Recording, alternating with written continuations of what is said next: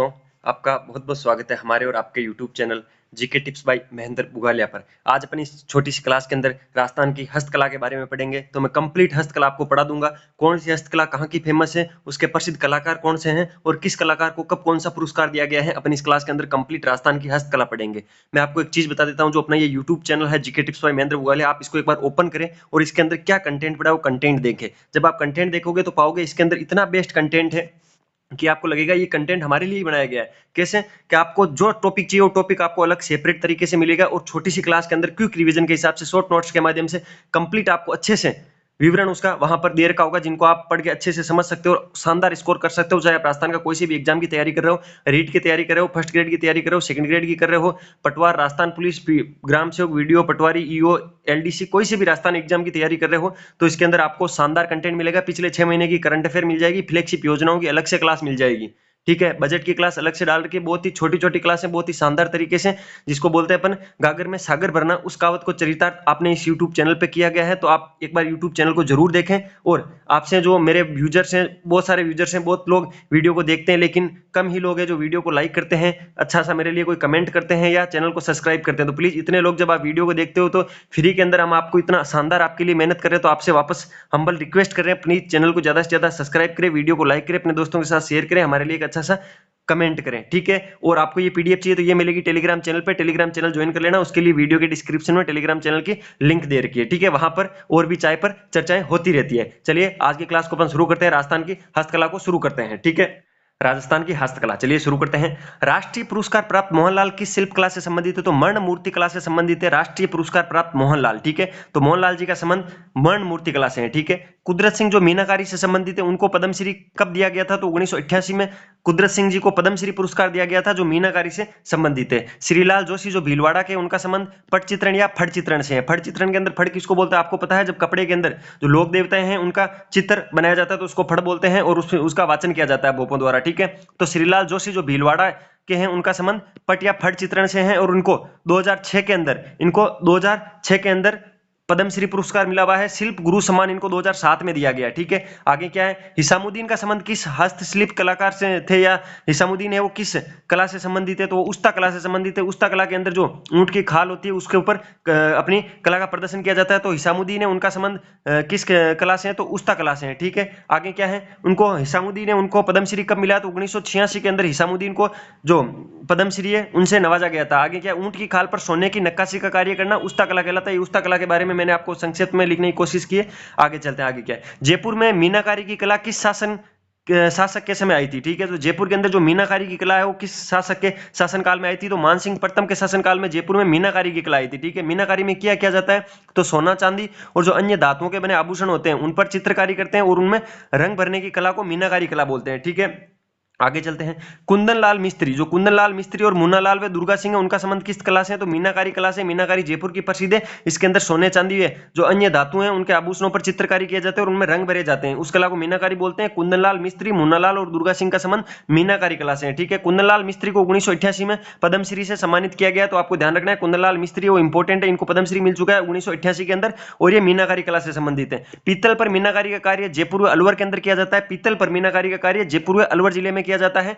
चांदी पर मीनाकारी का कार्य नाथ द्वारा राजसमंद में किया जाता है। चांदी पर मीनाकारी का कार्य नाथ द्वारा राजसमंद के अंदर किया जाता है। तांबे पर मीनाकारी का कार्य भीलवाड़ा में किया जाता है। जो तांबा है उस पर मीनाकारी का कार्य भीलवाड़ा में किया जाता है। सोने पर मीनाकारी का कार्य प्रतापगढ़ में किया जाता है। थेवा कला अलग है। थेवा कला के अंदर जो कांच होता है, बेल्जियम का कांच होता है, उसके अंदर सोने से कलाकृति की जाती है, तो थेवा कला वो है। वैसे ही सोने पर मीनाकारी का कार्य प्रतापगढ़ का फेमस है। तांबे पर मीनाकारी भीलवाड़ा में होती है। चांदी पर मीनाकारी का कार्य नाथ द्वारा राजसमंद में होती है और पीतल पर मीनाकारी का कार्य जयपुर और अलवर के अंदर होता है। ठीक है, आगे क्या है? रामकिशोर छिपा जो बगरू के हैं उनको पद्मश्री से कब सम्मानित किया गया? तो 2006 के अंदर। ये इंपॉर्टेंट है, ध्यान रखना। रामकिशोर छिपा है वो बगरू के और उनको पद्मश्री दिया गया था 2006 के अंदर। ठीक है, बादले कहाँ के प्रसिद्ध? तो बादले जोधपुर के प्रसिद्ध है। बादला कौन सा है? बादला होता है जो जस्ते की पानी पीने की बोतल होती है, उस टाइप की बोतल होती है, उसको बादला बोलते हैं और वो जोधपुर का प्रसिद्ध है। ठीक है, टेराकोटा मूर्तियां कहां की प्रसिद्ध है? मोलेला राजसमंद की। ये बार बार क्वेश्चन पूछा जाता है, टेराकोटा मूर्तियां कहां की प्रसिद्ध है? मोलेला राजसमंद की प्रसिद्ध है। काष्ठ मंदिर बेवाण जिसको बोलते हैं, जिसके अंदर देवताओं की झांकियां निकालने के लिए छोटे लकड़ी के मंदिर बनाए जाते हैं, उनको बोलते हैं काष्ठ मंदिर, जिनको बेवाण बोलते हैं। वो कहां की प्रसिद्ध है? वो चित्तौड़गढ़ की प्रसिद्ध है। बेवाण चित्तौड़गढ़ की प्रसिद्ध है, बस्सी चित्तौड़गढ़ की प्रसिद्ध है, प्रॉपर पूछे तो। ठीक है, जरी की साड़ी का काम जयपुर में होता है। जरी की साड़ी का काम जयपुर में होता है। किस क्षेत्र में पंडारी मोदक प्रसिद्ध है, तो बीकानेर के पंडारी मोदक प्रसिद्ध है। पंडारी मोदक कहाँ के प्रसिद्ध है? बीकानेर के प्रसिद्ध है। राजस्थान राज्य हथकरघा विकास निगम लिमिटेड की स्थापना किस वर्ष की गई? तो 1984 में।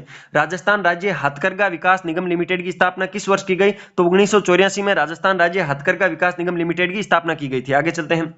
ब्लू पोट्री से संबंधित करपाल सिंह शेखावत को पद्मश्री से कब सम्मानित किया गया? 1974 में। करपाल सिंह शेखावत है, वेरी वेरी इंपॉर्टेंट है, बार बार एग्जाम में पूछा जाता है। करपाल सिंह शेखावत का संबंध ब्लू पोट्री से संबंधित है। ब्लू पोट्री जयपुर की प्रसिद्ध है और उनको 1974 के अंदर ब्लू पोट्री के अंदर अच्छा कार्य करने के लिए करपाल सिंह शेखावत को पद्मश्री से सम्मानित किया गया था। आगे चलते, आगे क्या है?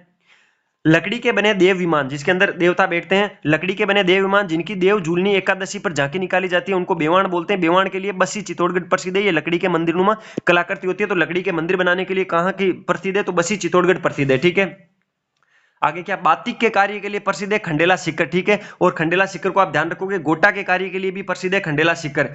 जो खंडेला के उमेश चंद्र शर्मा है, उनको बातिक कला के लिए विश्व प्रसिद्ध माना गया है। ठीक है, आगे क्या है? नाथ द्वारा के श्रीनाथ जी मंदिर की केले की सांची पूरे भारत में प्रसिद्ध है। ध्यान रखना है, जो नाथ द्वारा है उसके श्रीनाथ जी के मंदिर की केले की सांची है वो पूरे भारत में प्रसिद्ध है और नाथ द्वारा राजसमंद के अंदर पड़ता है। श्रीनाथ जी का पाना सबसे अधिक कलात्मक होता है, जिसमें 24 श्रृंगारों का चित्रण होता है। तो आपसे पूछ सकते हैं, श्रीनाथ जी का पाना वो सबसे अधिक कलात्मक होता है जिसके अंदर 24 श्रृंगारों का चित्रण किया गया। कितने श्रृंगारों का? 24 श्रृंगारों का चित्रण किया गया है।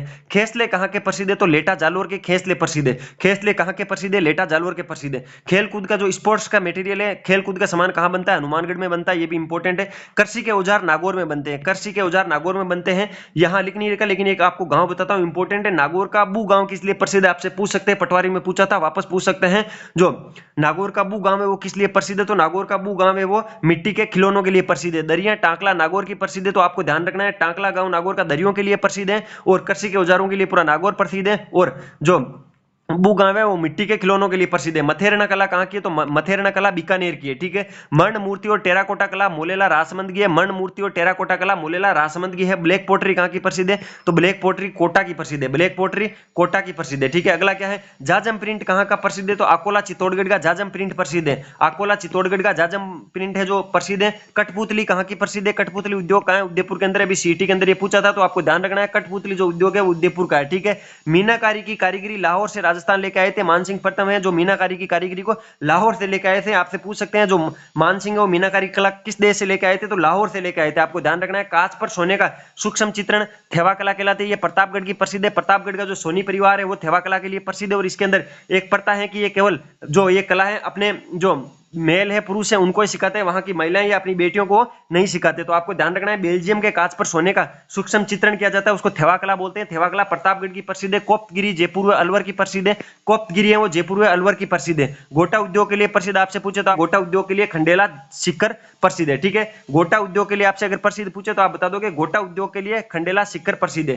पेच वर्क के लिए शेखावाटी प्रसिद्ध है, जिसके अंदर पेच लगाए जाते हैं कपड़े के अंदर। मिरर वर्क के अंदर कपड़े में मिरर लगाया जाता है और वो चौहटन बाड़मेर का प्रसिद्ध है। चौहटन बाड़मेर किस लिए प्रसिद्ध है? तो आपको बता देता हूं, जो गूंद का सबसे ज्यादा उत्पादन होता है वो भी चौहटन बाड़मेर में होता है। पेच वर्क के लिए शेखावाटी प्रसिद्ध है। ठीक है, आगे चलते हैं।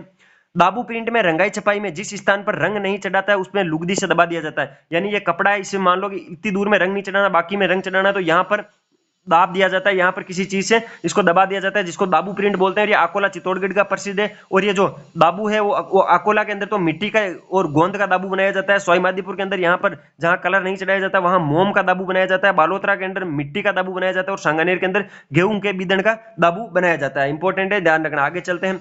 झटपट्टी के लिए प्रसिद्ध कौन सा है? तो जसोल गांव बाड़मेर है वो झटपट्टी के लिए प्रसिद्ध है। झटपट्टी के लिए प्रसिद्ध आपसे जगह पूछे तो आप बता दोगे जसोल गांव बाड़मेर झटपट्टी के लिए प्रसिद्ध है। कोटा डोरिया मसूरिया की साड़ियां प्रसिद्ध, आपको पता है कोटा डोरिया की जो मसूरिया साड़ी है वो प्रसिद्ध है, वो केथुन के अंदर है, कोटा के अंदर है। ठीक है, ध्यान रखना।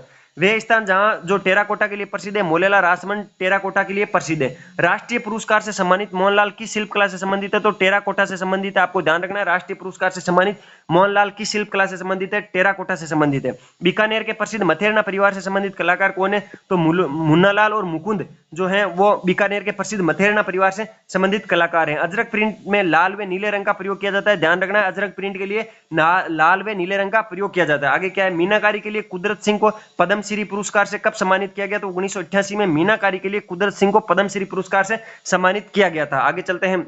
कृपाल सिंह शेखावत को पद्मश्री कब मिला? 1974 के अंदर मिला था। यहाँ मैंने सारे कलाकारों को एक जगह रखा है और उनको जो पद्मश्री पुरस्कार किस वर्ष मिला वो आपको एक जगह करवाया ताकि आपको याद रह जाए। कृपाल सिंह शेखावत को 1974 में मिला था, श्रीलाल जोशी को 2006 में मिला था, हिसामुद्दीन उस्ता को 1986 में मिला था, मेथ राज को जो है 2015 के अंदर मिला था। तो ध्यान रखना है, कृपाल सिंह को 1974, श्रीलाल जोशी को 2006, हिसामुद्दीन उस्ता को 1986, मेष राज को 2015 में मिला है। कुदरत सिंह व दुर्गा सिंह का संबंध किससे है? तो मीनाकारी कला से कुदरत सिंह और दुर्गा सिंह का संबंध है मीनाकारी कला से। ठीक है, जयपुर में मीनाकारी कला किस शासनकाल के समय आई थी? तो मानसिंह प्रथम के समय मीनाकारी जयपुर के अंदर आई थी। आगे चलते हैं, कौन सी संस्था हस्तशिल्पियों से हस्तशिल्प वस्तुओं को खरीदती है? कोई हस्तशिल्पी अगर कोई अपनी हस्तशिल्प से कोई वस्तु बनाती है तो उसको कौन खरीदता है? राजसी को खरीदता है, राजसी को इसको खरीदता है। खेल कूद का सामान हनुमानगढ़ में बनाया जाता है। आपको पता है तारकसी के आभूषण के लिए प्रसिद्ध स्थान कौन सा है? नाथद्वारा। तारकसी के अंदर जो चांदी के तारों को बिल्कुल एकदम पतला बनाया जाता है, फिर उससे आभूषण बनाए जाते हैं। और ये आभूषण कहां बनते हैं? नाथद्वारा राजसमंद में बनते हैं। अभी सीटी में ये पेपर में पूछा था। राजस्थान में कोपगिरी के लिए प्रसिद्ध शहर कौन सा? तो अलवर व जयपुर। अलवर व जयपुर राजस्थान में कोपगिरी के लिए प्रसिद्ध है। महेशराज, राजेंद्र कुमार, राजप्रसाद, रामविलास, जगदीश का संबंध किससे है? तो थेवा कला से। थेवा कला प्रतापगढ़ की प्रसिद्ध है, जहां पर बेल्जियम के कांच पर सोने की कलाकारी दिखाई जाती है। तो महेशराज, राजेंद्र कुमार, रामप्रसाद, रामविलास और जगदीश का संबंध थेवा कला से है। ठीक है, तो ये थी राजस्थान की इंपॉर्टेंट हस्तकलाएं जिनको मैंने आपको एक क्लास में कंप्लीट कराने की कोशिश की है।